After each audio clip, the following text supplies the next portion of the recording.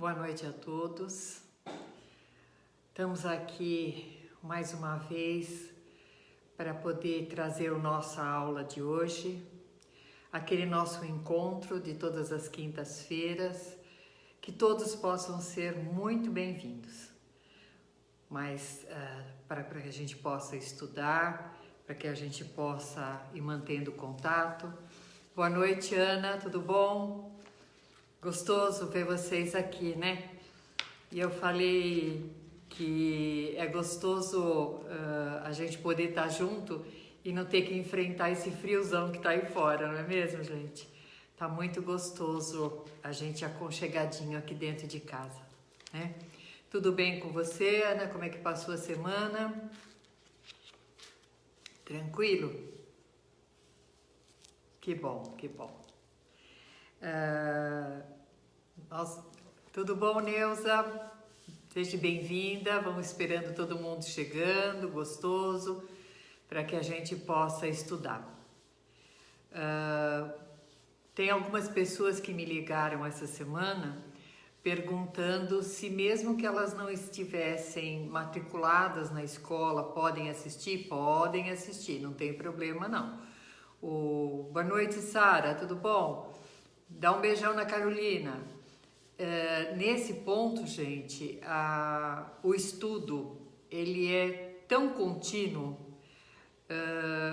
nós vamos ver e rever essas matérias todo o tempo. Então, não tem problema, mesmo quem não tiver inscrito, pessoas que estão querendo conhecer o que é Espiritismo, todos são muito, muito, muito bem-vindos. Boa noite, Noélia. Tudo bom? Seja bem-vinda. Que bom que você conseguiu acionar o canal. Tudo bom, Diná? Estamos aqui começando, juntando o povo para a gente começar a estudar um pouquinho. A Diná me ligou hoje também perguntando sobre o livro. Como a federação também está fechada, tá boa, Patrícia? A gente recomenda que quem quiser adquirir o livro, peça pela internet. E tem muito sebo também, viu, gente? Que a gente consegue os livros. A Carol também tá mandando um beijo para ela também. Nesse ponto, eu uso, o meu é antigo, né? Mas é esse aqui que eu uso. No caso, gente, de pedir no sebo e ser uma capa diferente, sendo o primeiro básico, não tem problema. Primeiro básico, segundo mediúnico, porque as edições, elas mudam muito pouco. Às vezes é uma pergunta número 7 que passa para número 9, mas o conteúdo é o mesmo, porque o livro, o primeiro básico e o segundo básico, eles são um resumo, né, bem resumido mesmo, do livro dos Espíritos. Tudo bom, Cida, Orlando? Nesse ponto, a matéria é sempre a mesma, pode mudar de posição. A matéria é sempre do livro dos Espíritos. E a complementação do primeiro e segundo básico é sempre um tema evangélico, né, do Evangelho segundo o Espiritismo. Então tá fácil também para quem quiser adquirir pela internet e pelo sebo que chega o livro rapidinho também. Quando a casa abrir, nós temos muitos livros lá para emprestar, mas como a gente ainda não voltamos a funcionar, já fica um pouquinho mais difícil, tá? Vamos nos preparar, gente? Então, elevando o nosso pensamento em Jesus, vamos agradecendo a Ele a oportunidade de aqui estarmos, de poder nesta noite, com muita alegria, nos reunir em nome do Pai, para que nós possamos entender os seus desígnios, as tuas leis, e assim nos fortalecer cada vez mais através do conhecimento. Conheça a verdade e a verdade te liberta. É assim que é o lema do nosso sentido de estudo espiritual. Que a equipe de Razin nos dê toda a assistência necessária junto ao Mestre amado Jesus. Graças a Deus. Oi, Neneca, tudo bom, querida? Gente, eu vou primeiro fazer o livro do endereço certo, né? aonde a lição é a 14, é o prognóstico. Nesta lição do prognóstico, gente, era uma senhora, uma mulher, né? E ela procurou um médico porque ela estava grávida. Mas ela não se sentia bem. Tinha muitas palpitações, muito cansaço, e foram pedidos vários exames para ela. E o médico disse que realmente ela não poderia ter esse bebê. Ela saiu de lá, não aceitou muito bem, não digeriu muito bem e nunca mais eles se encontraram. Passado muitos e muitos anos, esse mesmo médico estava numa estância, passando o fim de semana com a família, e ele falou para a esposa: eu vou fazer uma caminhada, é tão lindo esse lugar, vou conhecer um pouco mais. No que ele começou a fazer essa caminhada, ele observou num lago, um jardim gostoso, uma senhora sentada.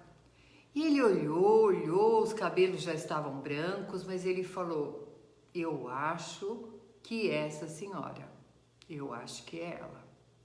Chegou para ela e fez assim: boa tarde, tudo bem? A mulher olhou para ele: tudo bem. Ele fez: por acaso a senhora se chama Fátima? Ela falou: sim. É que eu a reconheci, eu sou. Quando ele falou eu sou, ela falou: o senhor é o doutor Ricardo. Nossa, a senhora lembra de mim? Ela fez: claro que me lembro. E como é que a senhora está? Ela fez assim: ando muito enferma, há 2 anos eu estou muito enferma. Eu estou tendo uma doença degenerativa, onde me dificulta muitos movimentos. E ele percebeu que junto dela tinha uma moça muito linda e muito prestativa, ajeitando a senhora, ajeitando as coisas que ela precisava. E quando essa moça viu que eles estavam conversando, numa conversa particular, antiga, ela se afastou. E ele então falou assim: mas a senhora já fez todos os exames? É uma situação realmente irreversível? Ela falou: sim, irreversível. E eu preciso de muitos cuidados. Graças a Deus, eu tenho esse anjo que está junto comigo, que me dá toda a sustentação que eu preciso. Ela cuida de mim, faz os exercícios incessantemente, me anima quando eu desanimo, me alegra quando eu me entristeço, faz de tudo por mim. Se não fosse por ela, eu acredito que esses 2 anos eu não teria tido ainda esse conforto físico que eu estou tendo. Ele olhou e se admirou, falou: olha, que maravilha! A senhora teve muita sorte, porque não é todo mundo que consegue uma enfermeira tão eficiente e carinhosa. Aí ela fez assim: então, só que ela é muito, muito, muito mais do que uma enfermeira. Ela é um anjo que Deus colocou na minha vida para que eu pudesse aqui hoje estar. Ela é minha enfermeira, ela é minha amiga e ela é minha filha. Aquela filha que o Senhor me recomendou que eu não a tivesse por causa do meu problema de coração. Eu saí do seu consultório e roguei a Deus que, se fosse para mim ter a minha filha e poder estar com ela durante essa existência, que Ele olhasse por nós. E levei a gravidez adiante, e aqui está o meu anjo guardião.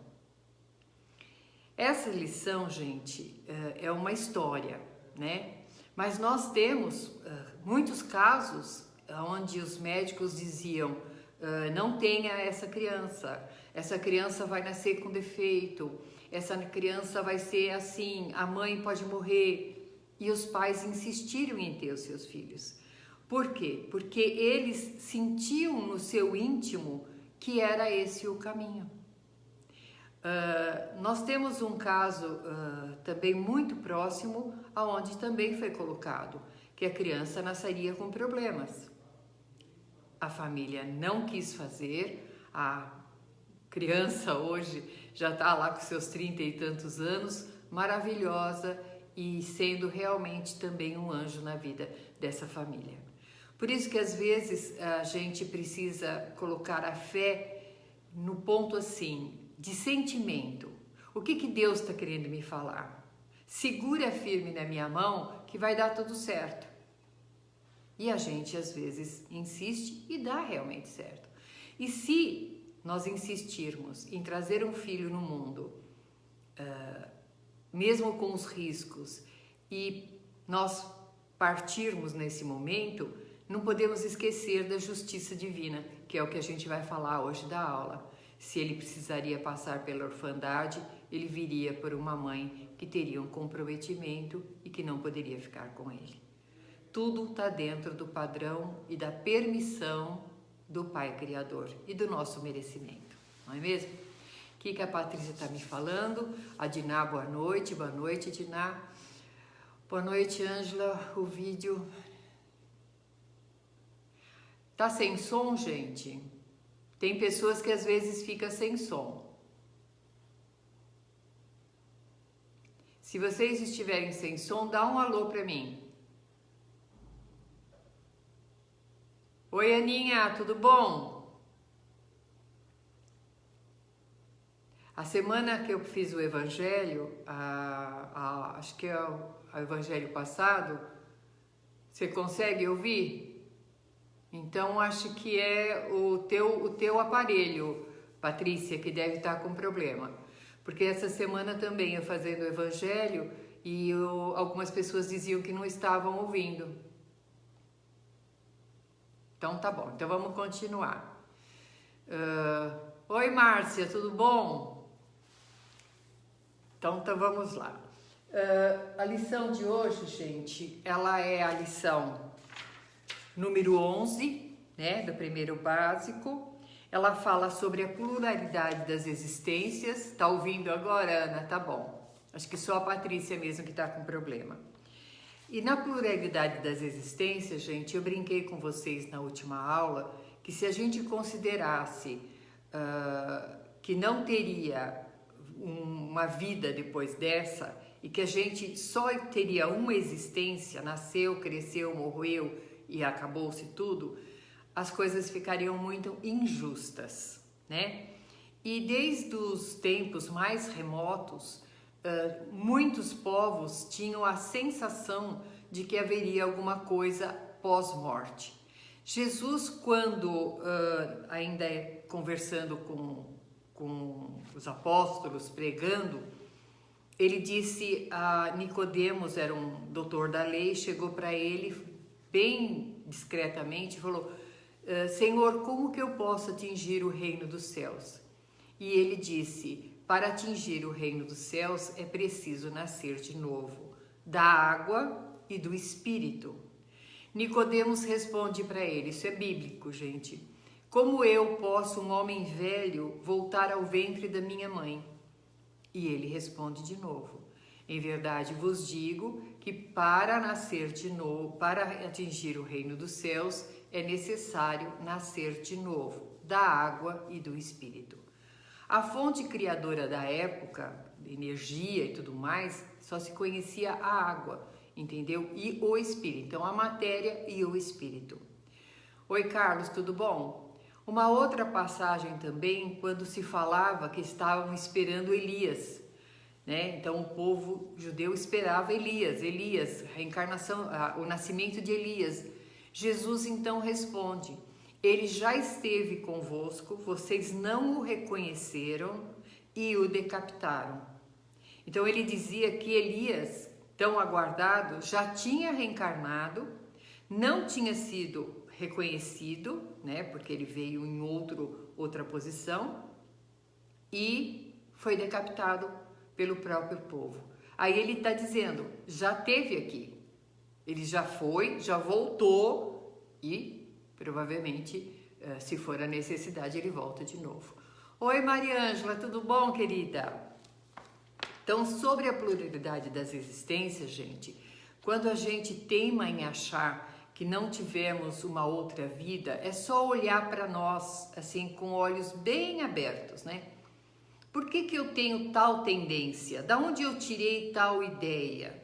Por que que eu tenho esse traçado na minha vida? Da onde eu tirei isso? Por que que eu sou uma pessoa que tem uma facilidade X e o outro não tem? Por que que eu tenho dificuldade de fazer tal coisa e o outro não tem?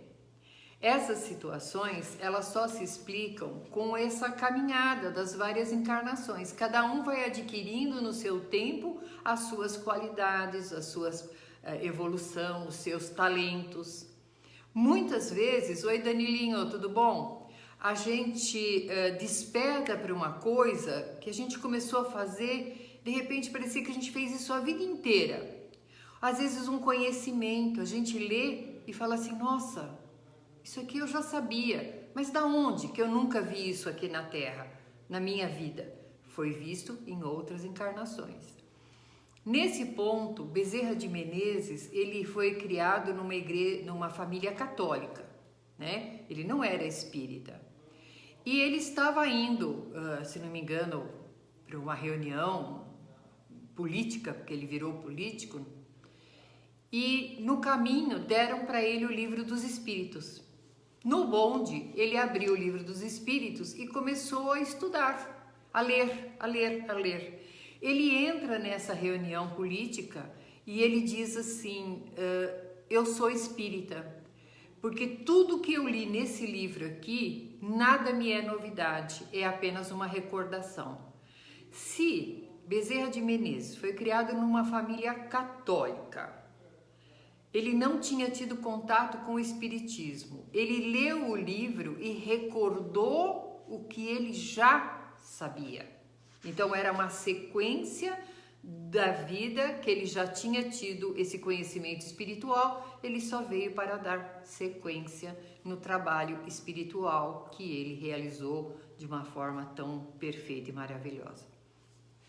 Se a gente ficar aqui, tem tantas outras passagens da Bíblia que mostra isso com uma claridade muito grande, mas para quem tem olhos de ver, senão não vai conseguir, né?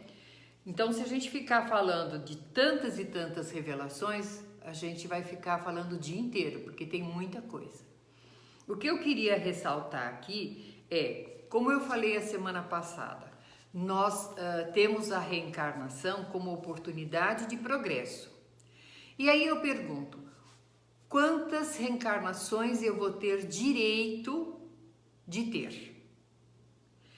Na nossa vida, a gente dá uma, 2, 3 chances já é muito. Olha, é a última vez que eu te dou oportunidade de você fazer alguma coisa comigo.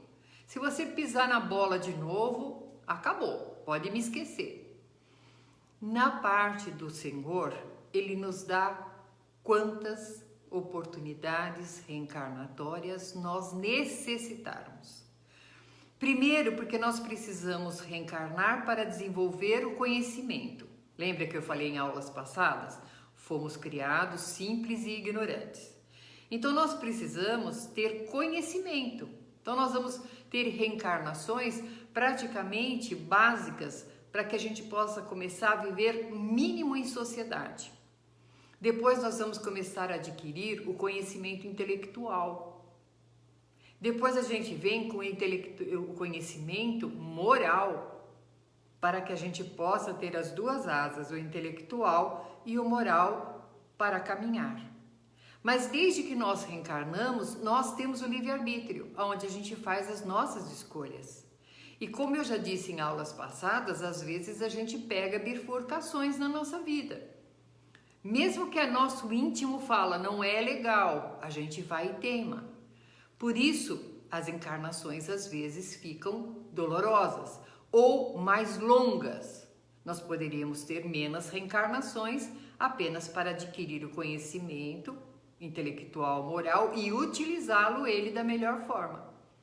Como nós às vezes não fazemos isso, então nós fazemos aquele primeiro ano de novo, Nós só vamos sair do primeiro estágio reencarnatório quando nós zerarmos todas as nossas formas de conhecimento e utilizarmos da melhor forma possível. Senão nós não conseguimos ser aprovados. Por isso eu digo, quantas encarnações eu vou precisar? Quantas forem necessárias para que eu adquire aquela perfeição maior. Quando eu digo assim para vocês, eu vou ter 100 reencarnações, eu vou fazer tudo que eu quero, eu vou extrapolar, porque tem outra vida mesmo. O que eu não fizer nessa, eu faço na outra. Só que tem um probleminha. Nessa encarnação, eu venho com um X conhecimento, com pessoas ao meu lado para me dar sustentação, com oportunidades e o conhecimento espiritual. Será que na próxima encarnação, se eu não utilizar bem, se eu simplesmente negligenciar, eu vou ter as mesmas chances? Acho que não. Um exemplo, eu reencarno numa família onde tem pais equilibrados.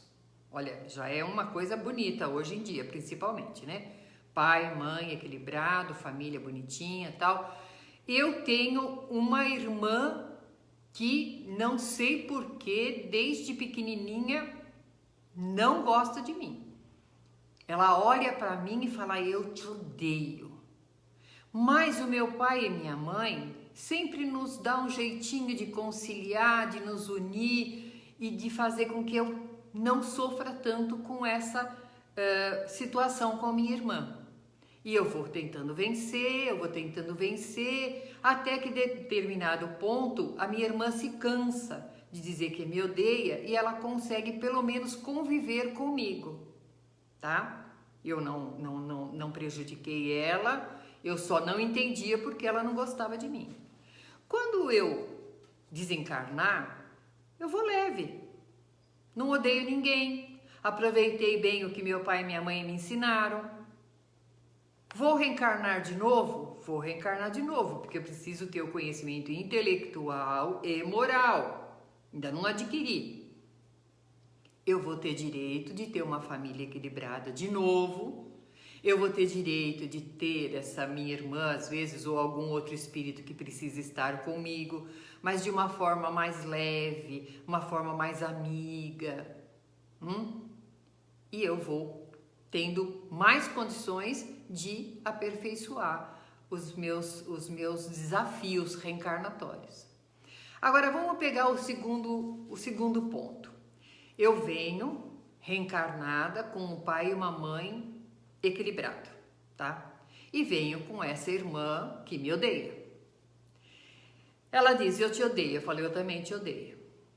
A mãe e o pai falam, não pode odiar, vocês são irmãs, não sei o que, não sei. Ah, ela veio depois de mim, eu não sei nem por que vocês tiveram ela, por mim ela podia morrer. E vou levando a minha vida desse jeito. Eu magoei meu pai, minha mãe, porque nenhum pai, nenhuma mãe gosta de ver filhos se odiando. Não conquistei, como Jesus me disse, se for difícil a sua caminhada com alguém, caminhe mais um pouco para você conquistar essa pessoa para a sua eternidade. Não fiz isso, muito pelo contrário, eu queria mais é que ela sumisse. Desencarno. Como que eu me apresento no plano espiritual? Olha, eu vivi lá com a minha irmã, com aquela pessoa que você me colocou de irmã, mas não deu certo. Eu não consegui suportar ela. Aí eu encontro meus pais entristecidos, porque fizeram tudo por mim. Tenho direito de reencarnar de novo com um pai e uma mãe equilibrado, com uma família, tendo uma família. É só pôr um pouco na balança, gente. Aí eu falo, mas então Deus está me castigando? Não, Ele está me dando a oportunidade de... Eu te dei o que você precisava. Eu te mostrei o que era amor.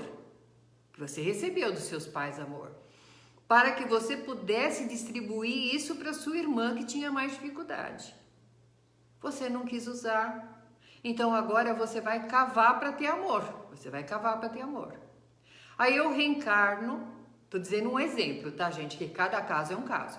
Eu reencarno numa família desestruturada, tá? Uma família onde tem brigas, onde tem bebida, onde tem problemas, e eu reencarno com uma irmã ou um irmão muito dependente, não é nem ódio, é dependente, muito frágil.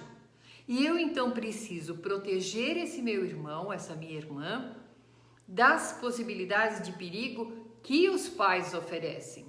Eu acabo sendo praticamente um chefe de família, não tenho amor, porque dos pais eu não consigo ter o amor, porque eles vivem em guerra, né? Só sobra pontapé.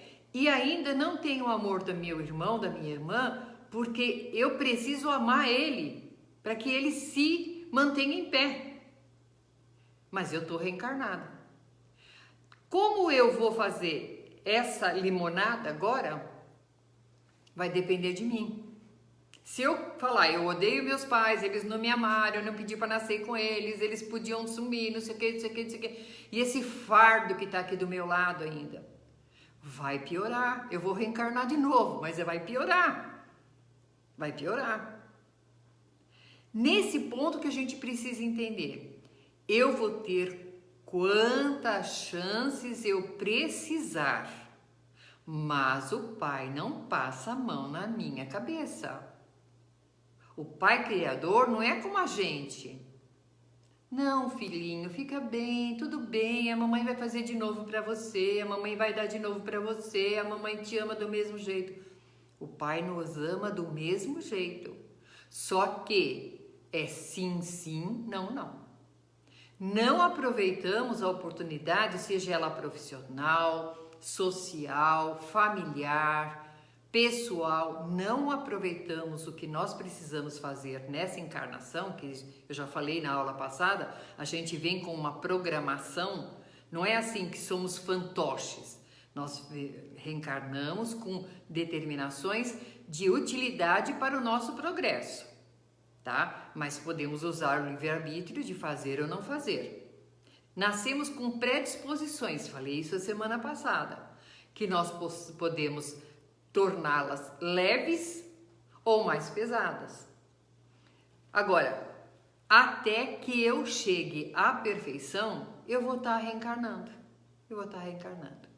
Eu vejo pessoas que não são de uma energia suave, não fazem obras como um Chico Xavier, como um Bezerra de Menezes, com outros tantos, né, que fizeram obras maravilhosas para a humanidade.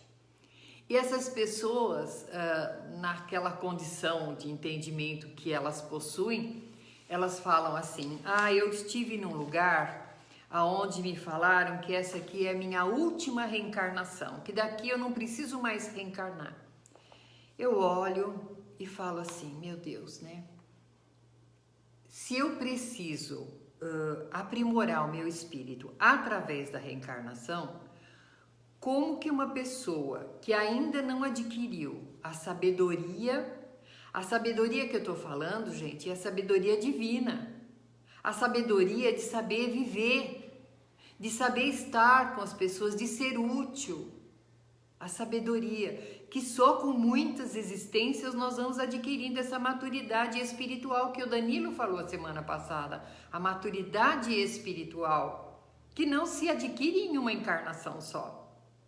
E ao mesmo tempo eu tenho que adquirir a parte intelectual, do conhecimento, da ciência, da filosofia.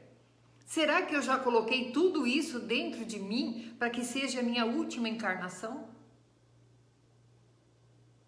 É um pouco de se pensar, né? Vamos trabalhar para que a gente possa ter encarnações melhores, mas não vamos negar o quanto ainda temos de estrada para caminhar, certo? Ainda somos sujeitos à reencarnação e ainda nesse caminho de aprendizado diário e modificação diária. Eu falo que hoje nós estamos vivendo um texto escrito por nós no passado, na encarnação anterior. Agora nós estamos escrevendo o nosso próximo capítulo para a próxima reencarnação. Agora, cada um de nós sabe o que vai pôr nesse texto e o que vai enviar para que possa ser a forma da próxima encarnação. Porque quando eu chego no mundo espiritual, eu chego com o balanço das minhas provas. Quando a gente diz o dia do juízo final, não vai ter ninguém de toga, aquele monte de juízes dizendo você errou ali, você acertou aqui, você vai para o céu, você vai não sei o quê. Não tem isso, gente. O maior doloroso, que é a balança das provas, o mais doloroso, é quando nós dermos de cara com as nossas próprias escolhas. Oi, Ale, tudo bem? Nós vamos dando de cara com as nossas escolhas. E quando nós damos de cara com as nossas escolhas, é que vai doer. Porque enquanto as outras pessoas viam que nós fazíamos alguma coisa que não era tão legal, a gente falava, problema dele, tá? Não sei o quê. Agora, quando a gente vê o que a gente tinha se proposto e o que a gente deixou de fazer, a gente falou, poxa, pisei no tomate, agora lasquei-me, né? Vou ter que recomeçar tudo de novo. É aquele boletim com a nota vermelha e a gente fala, e agora? Né? Oi, Magali, tudo bem? Ale, saudades, Ale. E dentro dessas colocações, cheguei no mundo espiritual, mostrei meu currículo, olhei que ele não tá bom, vou programar minha volta. Na programação da minha volta, o Pai não nos julga nada. Eu é que na hora de programar, quando eu tenho consciência, eu olho e falo assim, nossa, eu já caí tanto nessas armadilhas, eu não quero mais essa armadilha para mim. E eu então, automaticamente, eu projeto para o meu corpo físico e na minha trajetória uma história diferente do que eu já vivi anteriormente, para que eu possa ter força de fazer diferente nessa outra encarnação. Boa noite, Alele, muitas saudades. Eu reencarno e às vezes eu reencarno em uma situação muito dolorosa, mas se nós olharmos o nosso passado, o Pai, ele é que nem a Casas Bahia, né? A propaganda da Casas Bahia. Ele divide em parcelas os nossos erros. Se nós olharmos a história do mundo, milenarmente a humanidade não foi boa, né? Nós não fomos anjinhos, bonitinhos, civilização perfeita, não fomos, né? Até agora nem somos, estamos plantando cada vez mais dor. Nesse ponto, coisas que às vezes eu fiz 2, 3 encarnações passadas, numa forma muito desastrosa, muito violenta, o Pai nem nessa encarnação agora que eu vou, ele me deixa eu estar com essas pessoas ao meu lado, porque nós não estamos preparados ainda. Ele deixa passar uma encarnação, às vezes 2, para depois reunir todo aquele grupo de novo que passou a se odiar mortalmente para poder pôr no mesmo balaio de novo, para ter a justiça da reencarnação. Nessa justiça da reencarnação, gente, eu volto a dizer, quem tiver que morrer de bala perdida, vai morrer de bala perdida. Não é inocente. Nós vimos agora um caso doloroso, sempre vai ser doloroso, porque quando a gente falar assim, justiça foi feita, a gente perdeu o sentido humano. Então é muito doloroso a gente ainda ter que refazer a estrada pela dor. Porém, aquela bala perdida tinha nome e sobrenome. Ela chegou aonde ela precisava chegar, de um espírito que precisava ser retirado da vida.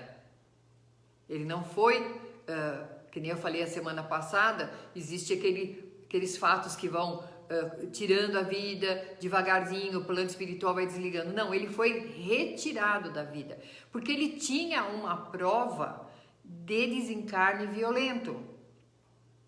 Aí o Pai Criador, eu estou usando esse exemplo, gente, não estou subjugando a dor de ninguém. Ninguém merece passar o que aquela família está passando. Estou dizendo apenas a justiça divina, porque nós não podemos acreditar que Deus quis que esse rapazinho saísse da vida, quis que esse pai e essa mãe passasse essa dor absurda. Não, ele reúne esses pais. Provavelmente em encarnações anteriores não valorizaram a família de alguma forma e agora, tendo esse amor incrível, eles sentem a perda. Para quê? Para que sintam o que eles não fizeram em encarnações anteriores, tá? Isso tudo dá a justificativa das peças que o pai coloca. Ele coloca aquele que precisa desencarnar de uma forma violenta, na família que precisa passar por uma perda, para que todos possam, através desse infeliz escolha de sofrimento, poder fazer o processo da justiça reencarnatória. No Rio de Janeiro também, há um bom tempinho atrás, aquele menino que estava com a mãe foi assaltada e não conseguiu tirar o filho de dentro do carro, ele foi arrastado, ainda alguns metros, não sei quantos, e desencarnou. Depois de um bom tempo, a família era espírita, choraram, sentiram muito, né? Sentem até hoje que é uma dor que não cicatriza, mas eles tinham um entendimento da justiça divina e eles disseram: eu não sei porquê, mas se Deus assim escolheu, era o meu cálice amargo. Passado um tempo, eles receberam uma psicografia desse filho, que dizia que em encarnações passadas, isso assim, há umas 4 encarnações anteriores a essa que ele estava, ele já tinha encarnado outras vezes para se preparar para essa prova dolorosa. Ele era aqueles soldados romanos e aquela carroça que existia em Roma, que tinha o cavalo na frente, aquela coisa assim do lado, eles ficavam assim, e atrás, amarrado, vinham os presos, os que foram aprisionados. E eles vinham esfolando lá por trás, esfolando. Se chegasse lá em Roma inteiro, ainda era julgado, senão só via os pedaços que ficou. Ele diz que fazia isso com muito gosto. Eu era um desses soldados e fazia isso com muito gosto. Olha como aqui é a palavra.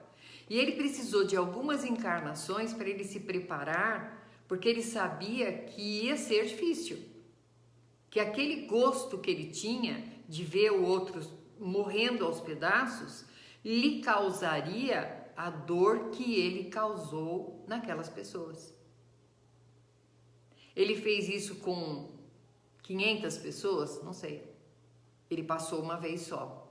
Já é o suficiente para ele despertar e nunca mais voltar a fazer isso. Por isso que Deus dá aquela medida certa para nós. Pensem bem, olha a vida de cada um de vocês, cada um de nós. Qual é o rumo que tomou a nossa vida? Ah, minha vida pendeu para cá. Pode olhar que dentro do seu íntimo, dentro do nosso íntimo, existe uma tendência que nos levou a essa situação que nós estávamos. Seja ela de que natureza for. Porque dentro de nós existia uma semente que precisava ser consertada. E a gente, então, chegou nesse ponto, tá? Tem pessoas que nascem de uma qualificação sem beleza nenhuma e tem dinheiro, faz 102 plásticas e continua muito feio, porque ele precisava passar por essa situação da falta de beleza, que foram as escorregadas que ele deu no passado dele. Isso é muito importante que a gente entenda, que existe a justiça divina, porque se nós acreditarmos que Deus não está no comando e que não é justo o que ele nos oferece, nós não temos esperança, nós não temos aquela fé, nós não temos alegria, nós vamos ver apenas um Deus que castiga, castiga, castiga, castiga. E na realidade ele dá oportunidades, oportunidades, oportunidades. Aquele que morrer sem socorro médico, ele já esteve na estrada de não socorrer. Tem uma história verídica, gente, de um médico que estava no plantão E ele no plantão foi dormir, descansar um pouco. Chegou uma enfermeira e fez assim para ele: doutor, tem um rapaz acidentado na estrada, está chegando agora, precisa muito de ajuda, ele está muito machucado. Ele fez assim: é de convênio? Ela fez: doutor, ele foi pego na pista, não sei o que carro, eu não sei documento, ele foi pego na pista. Ah, então daqui a pouco eu vou. E ele virou do outro lado e dormiu. A enfermeira passou mais um tanto, voltou a chamar ele de novo: doutor, o rapaz está entre a vida e a morte. Ele sai muito bravo, ainda tem que, ganho tão pouco para fazer esses plantão, ainda tem aquele que agora pegar a gente da pista, não tinha outro hospital para levar? Quando ele chega lá, que ele olha o rapaz já em agonia, era o filho dele. Ele foi por tantas vezes negligente como médico, nesta encarnação mesmo, que ele sentiu o peso nessa encarnação mesmo. Por isso que eu digo, a justiça divina, ela se faz, saudades também, muitas saudades, ela se faz naturalmente. Deixa eu ver o que a Cida está perguntando. Essa justiça divina não seria olho por olho, dente por dente? Nesse sentido, não. Nesse sentido, Cida, eu tiro a sua vida, você tira a minha, tá? Passa mais uma encarnação, eu tiro a sua vida, eu tiro a minha. E a gente vai indo assim: eu te mato, você me mata, eu te mato, você me mata. Nesse ponto, não teria evolução.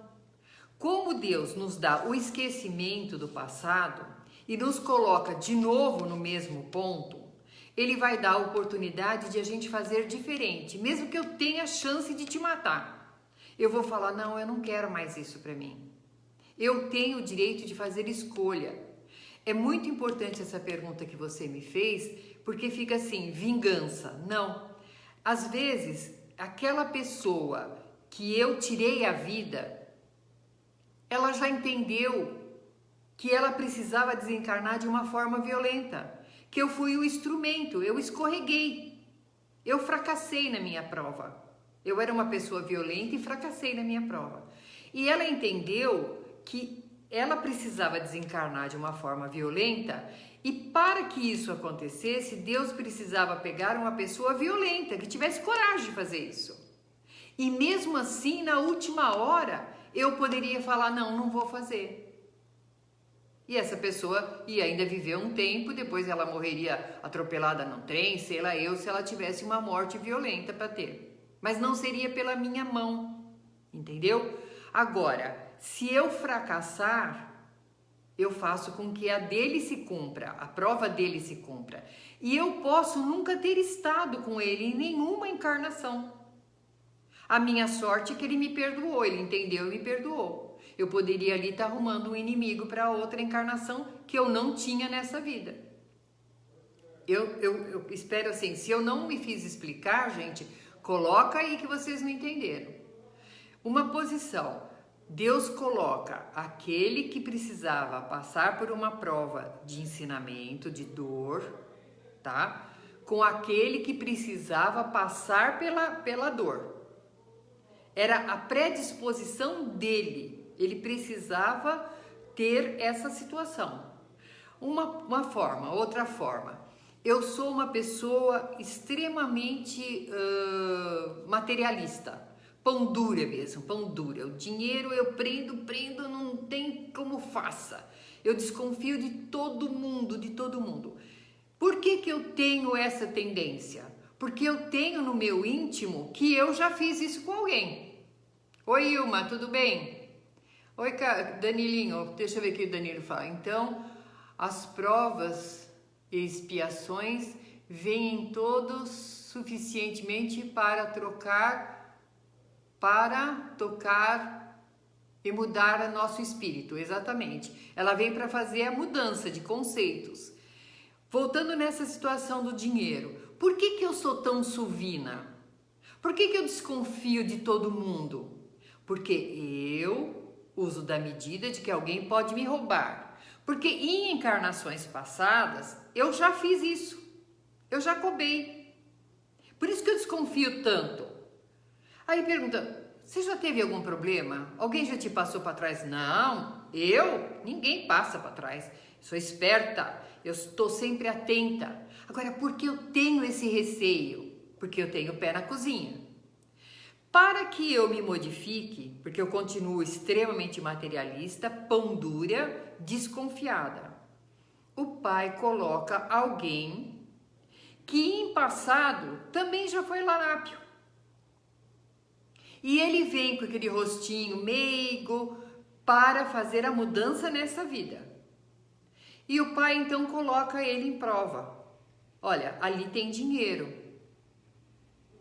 Inconscientemente. Procura emprego naquela casa. Alguém indica, olha, fulana está precisando de empregada. E a pessoa vai, não por acaso, que o acaso não existe, ela se emprega na minha casa. Eu, desconfiada, pão dura, acabo empregando uma pessoa que tem na sua essência o sentido do roubo.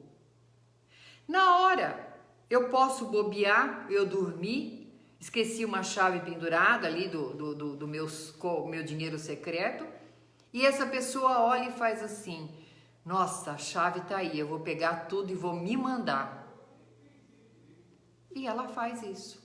Quando eu acordo, eu entendi, eu fui roubado, entendi que o materialismo, eu não sou aquele blindado, e a pessoa que me roubou, ela falhou na prova, ela errou de novo, ela vai ter que passar por ensinamento de novo.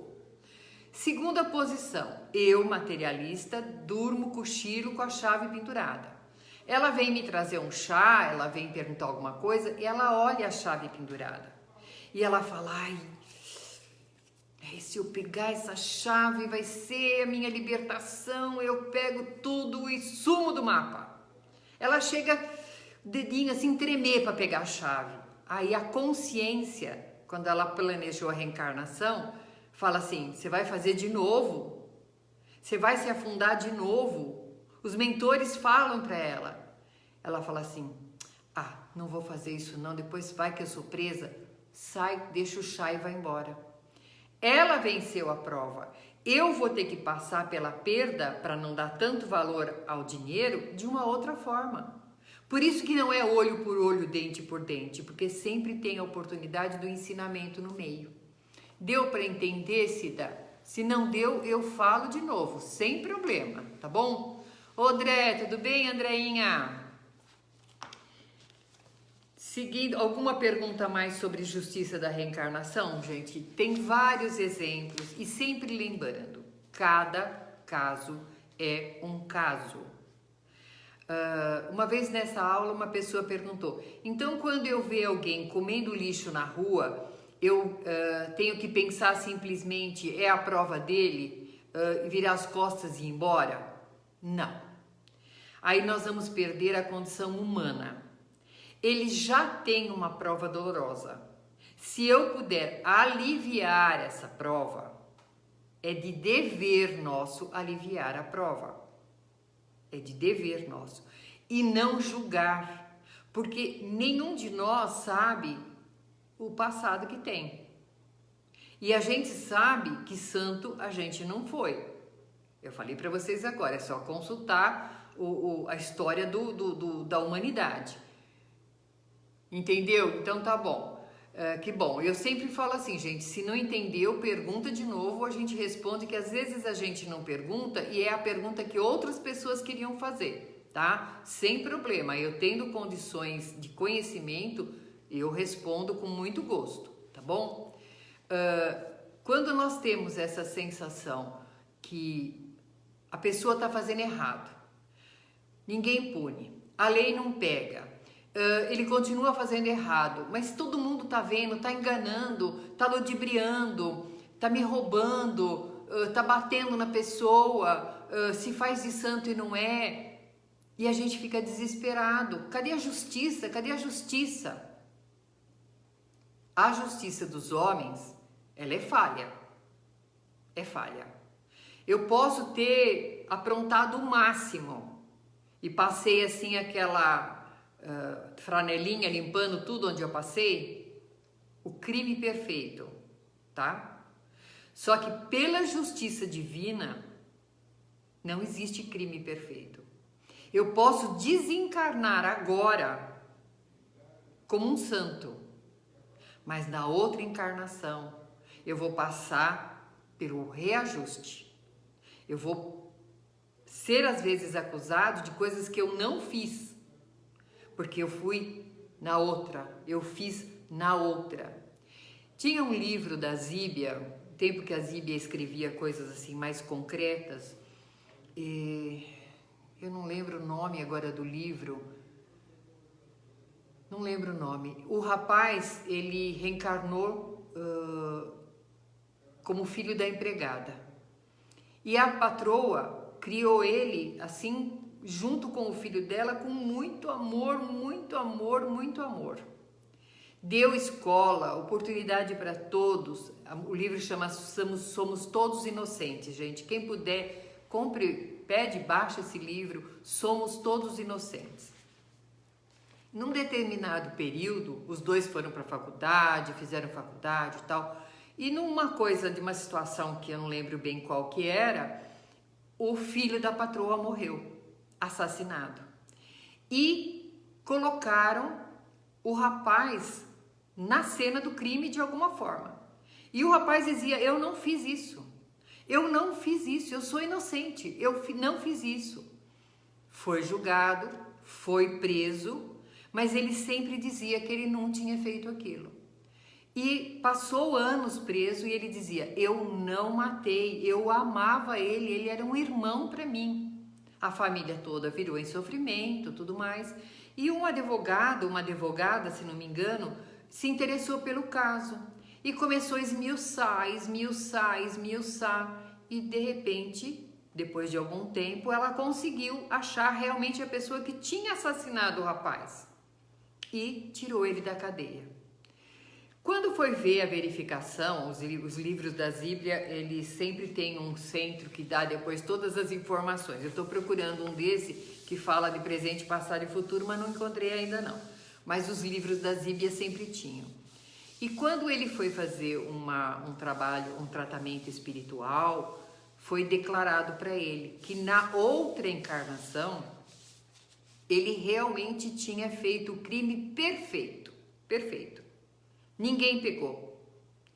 Só que nessa ele não fez e cumpriu pena. Na outra ele fez e saiu sorrindo. Agora, para Deus, nada sai impune. A gente vê uma série de pessoas que cumprem prisão domiciliar. Prisão domiciliar, gente, num spa, porque a casa deles são um spa. E a gente fica pensando, né? Poxa, e a justiça? Aí a gente vai ver na próxima encarnação aquela pessoa comendo lixo. E a gente vai olhar ainda com pena. É isso que Deus quer da gente, piedade. A gente vai olhar para aquela pessoa que hoje a gente fala, oh, precisa ser preso, não tinha que ter mordomia, nananana. Cadê a justiça? A gente vai ver ele comendo lixo e vai dizer, ô Senhor, tenha piedade dele, a prova que ele está passando. Nós ainda vamos ter pena dos erros que ele cometeu. Por isso, gente, quando a gente vê, uma vez uma aluna nossa fez assim, Ângela, mas a gente então tem que orar por eles? Eu falei muito. Quando a gente vê uma situação de alguém que tirou a vida de alguém, que foi o que disparou a tal da bala perdida, aquele que bebeu e atropelou, a gente pensa sempre assim, aquele que desencarnou resgatou a sua predisposição, resgatou.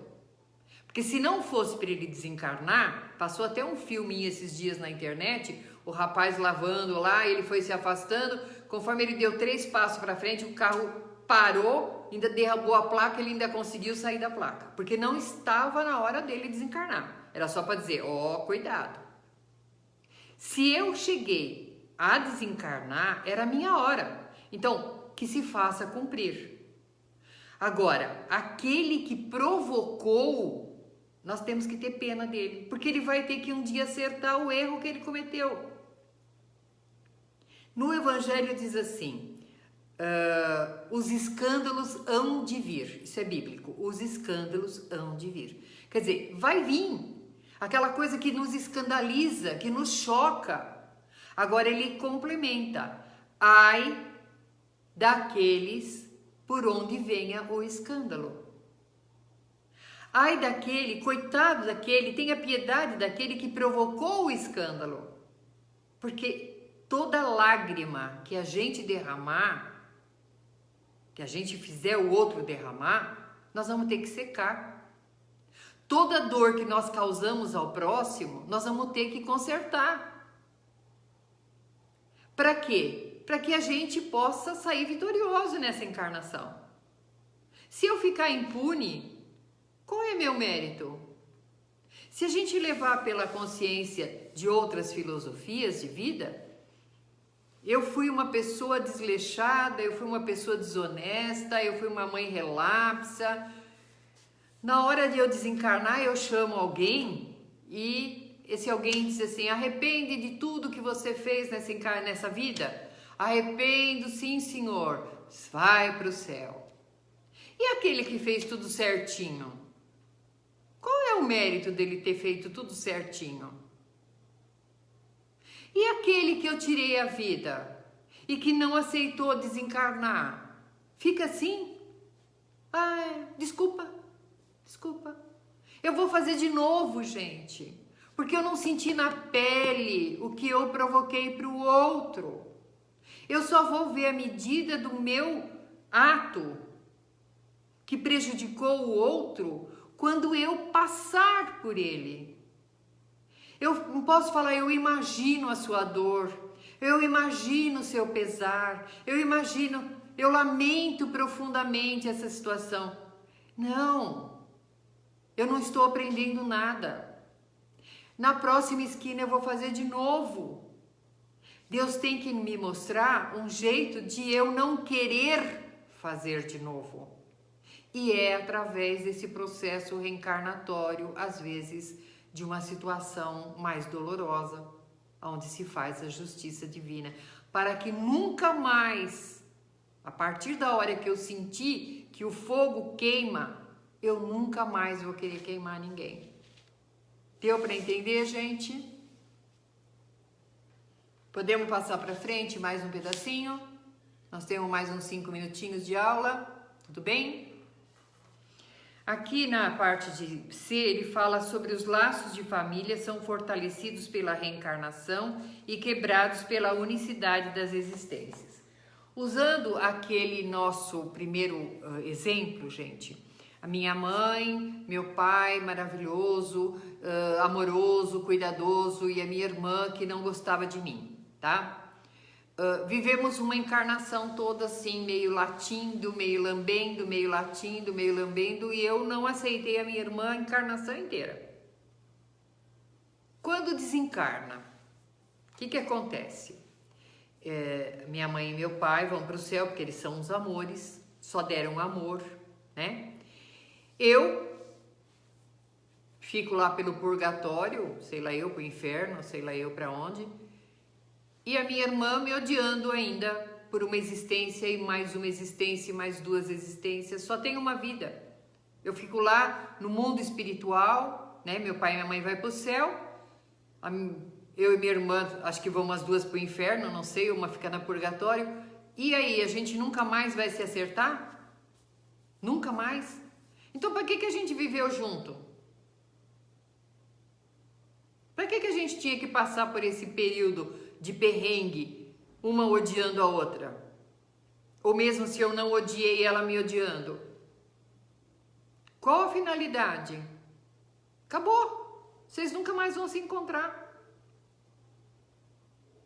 Nesse ponto, tem uma historinha que dizia assim, que uma mãe extremamente amorosa tinha um filho que era bandido. E todas as vezes que vinham buscá-lo, a polícia e tudo mais, ela escondia aquele filho, escondia, porque ela amava, amava demais o filho. E fez tudo para que ele desse certo. Quando ela morreu, pelo amor e pela dedicação dela, ela foi convidada para ir para o céu. Nisso, ela ficou pensando, né? Mas eu vou para o céu, né? Mas eu soube que quando eu desencarnei, o meu filho logo depois morreu. Eu soube que eu morri e meu filho também morreu logo depois. Cadê meu filho? Aí foi dito para ela, não, seu filho vai para o inferno, porque ele foi ruim, né? A senhora foi boa, a senhora vai para o céu. Ela pede. Então eu peço a Deus que me permita, por amor, ficar com o meu filho no inferno, pelo menos eu abrando as suas dores. Nesse ponto a gente diz, como que a gente pode viver uma encarnação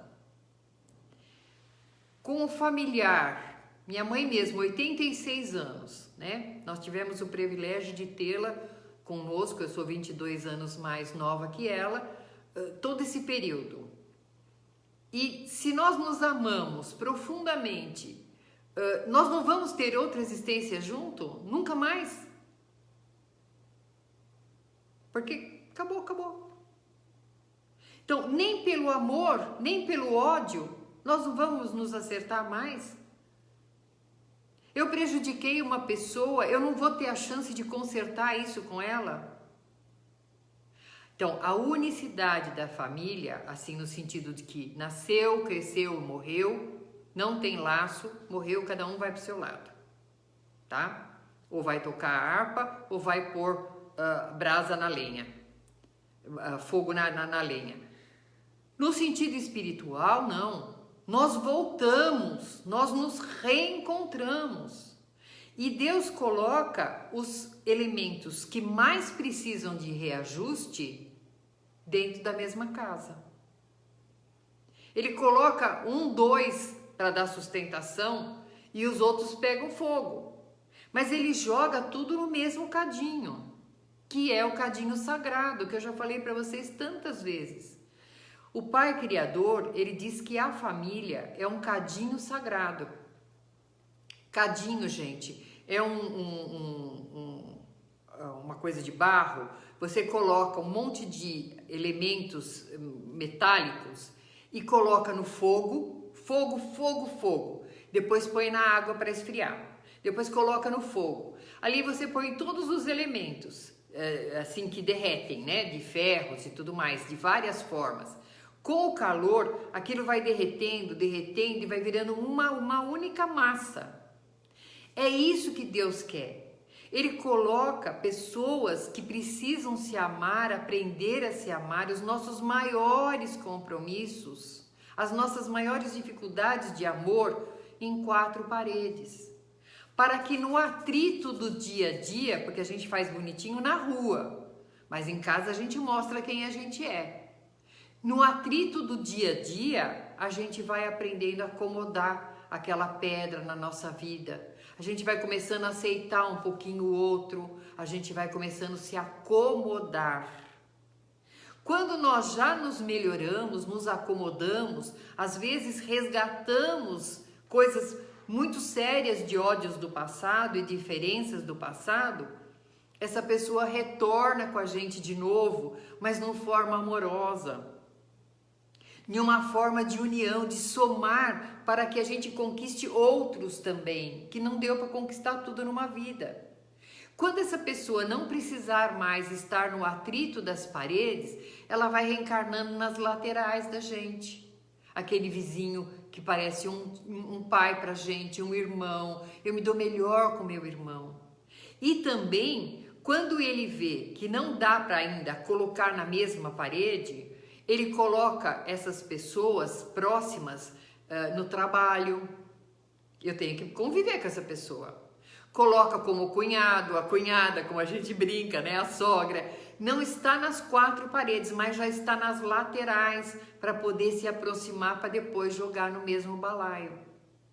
Isso é a justiça da reencarnação através dos processos familiares e que a gente também não teria nenhuma colocação útil se fosse uma vez só. Eu amei nessa encarnação, me separei, não vi mais nada, não adiantou amar nem nada. Eu odiei, também não adiantou. Eu prejudiquei, não tenho como consertar. Eu ajudei, não tenho como visualizar essa situação de desfrutar o que nós conquistamos. A única forma que se explica as diferenças familiares, os desafetos que existem dentro do lar e os grandes amores que existem dentro dos lares são com os processos reencarnatórios de reencontros familiares, tá? Nós nos conquistamos de adversários do passado para amigos eternos, amigos para todas as existências. E isso vem pelos processos familiares. Por isso, gente, quando a gente diz eu não pedi para nascer nessa família, eu não pertenço a essa família, cuidado. Nós estamos ali exatamente para nos unir, nos aceitar, respeitar e sairmos nos amando. Esse é o grande processo, por isso que Deus diz, somos todos irmãos. Eu vejo muitos casos de atritos muito violentos de família, que eles dizem assim, eu só não mato ele porque é meu irmão. Eu só não abandono ele porque é meu pai. Eu só não deixo ela porque é minha filha. E isso é pelo laço de sangue. Mas a adversidade está latente. Mas eu me obrigo a amar, porque é meu irmão, porque é minha mãe, porque é meu pai. Eu me obrigo a amar.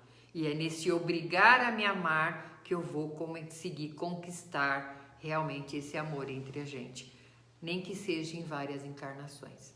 Por isso os laços de família, eles só se explicam de um sentido útil e justo pelos processos reencarnatórios familiares. E a gente volta próximo daqueles que a gente precisa estar, de um jeito ou de outro.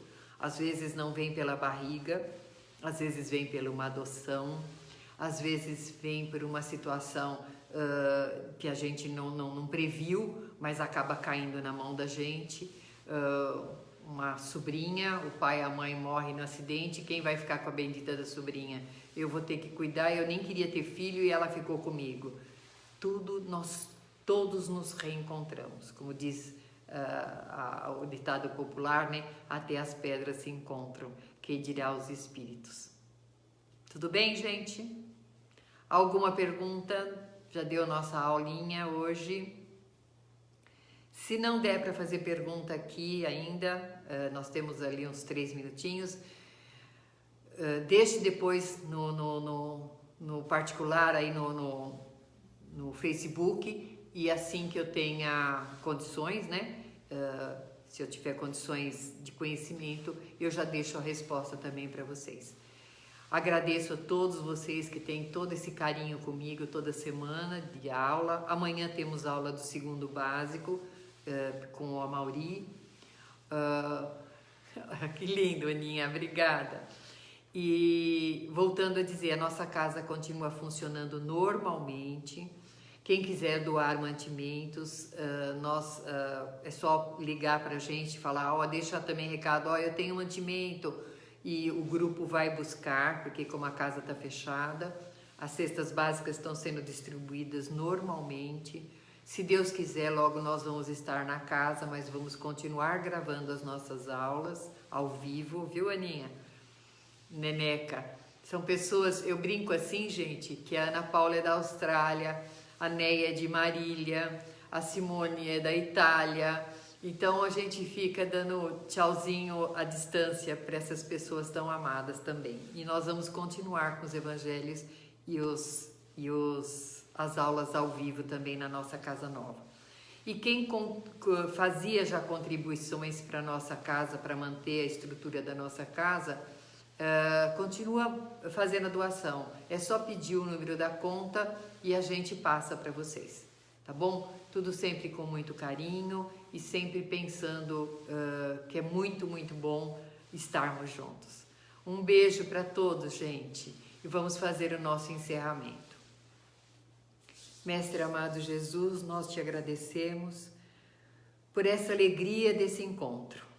Te agradecemos por podermos mais uma vez entender o que viemos fazer no planeta Terra.